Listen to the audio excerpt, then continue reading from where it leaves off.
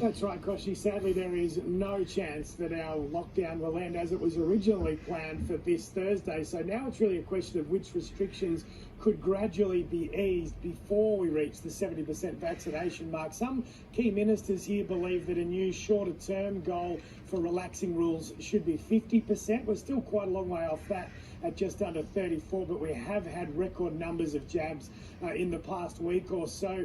The key freedoms that we're aiming to get to as soon as possible are having Year 12s return to the classroom, also opening up regional areas and possibly lifting the ban on playgrounds, which could happen as soon as this week. And an encouraging sign, we've already got dozens of people lining up just ready to come into the queue here at the vaccination clinic at Peanut Farm, St Kilda, Koshy. Nathan Curry is also in Melbourne, and contact tracers are scrambling to link a third of recent infections.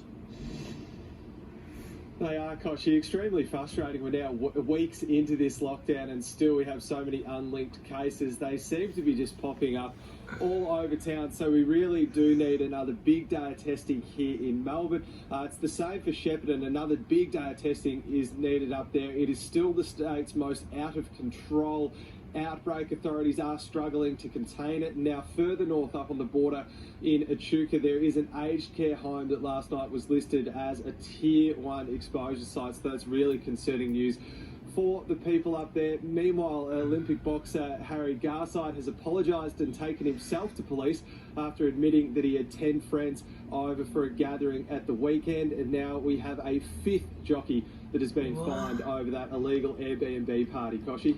Tom Hartley in Sydney, a council area in Sydney's east is on edge this morning.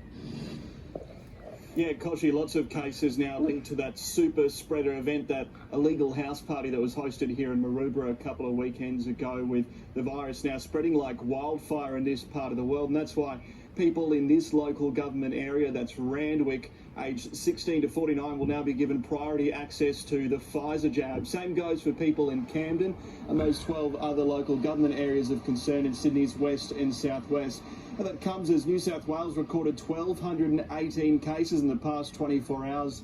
That's a record number for the state, but also a record to be proud of. The number of jabs in arms over the past week, that's now 834,000 in this past week. And some other figures of interest that we've learned this morning: police have issued now $17 million worth of COVID fines since this outbreak began. That's money going into the state coffers to be spent as the government desires. Taylor Aiken in Canberra, most of the population. Is anyone listening to this? Yeah, that's right, Koshy. Everyone aged 16 to 39 nationally is now able to access the Pfizer vaccine, but with demand expected to be high, we are being asked to have patience while trying to secure a booking. And with those vaccination rates climbing and vaccination billed as the ticket out of these lockdowns, Josh Frydenberg has called for businesses to pressure states and territory leaders to stick to the national reopening plan once vaccination targets are reached. All states have agreed to those national targets as outlined by the Doherty Institute of 70 and 80% vaccination before restrictions can be wound back.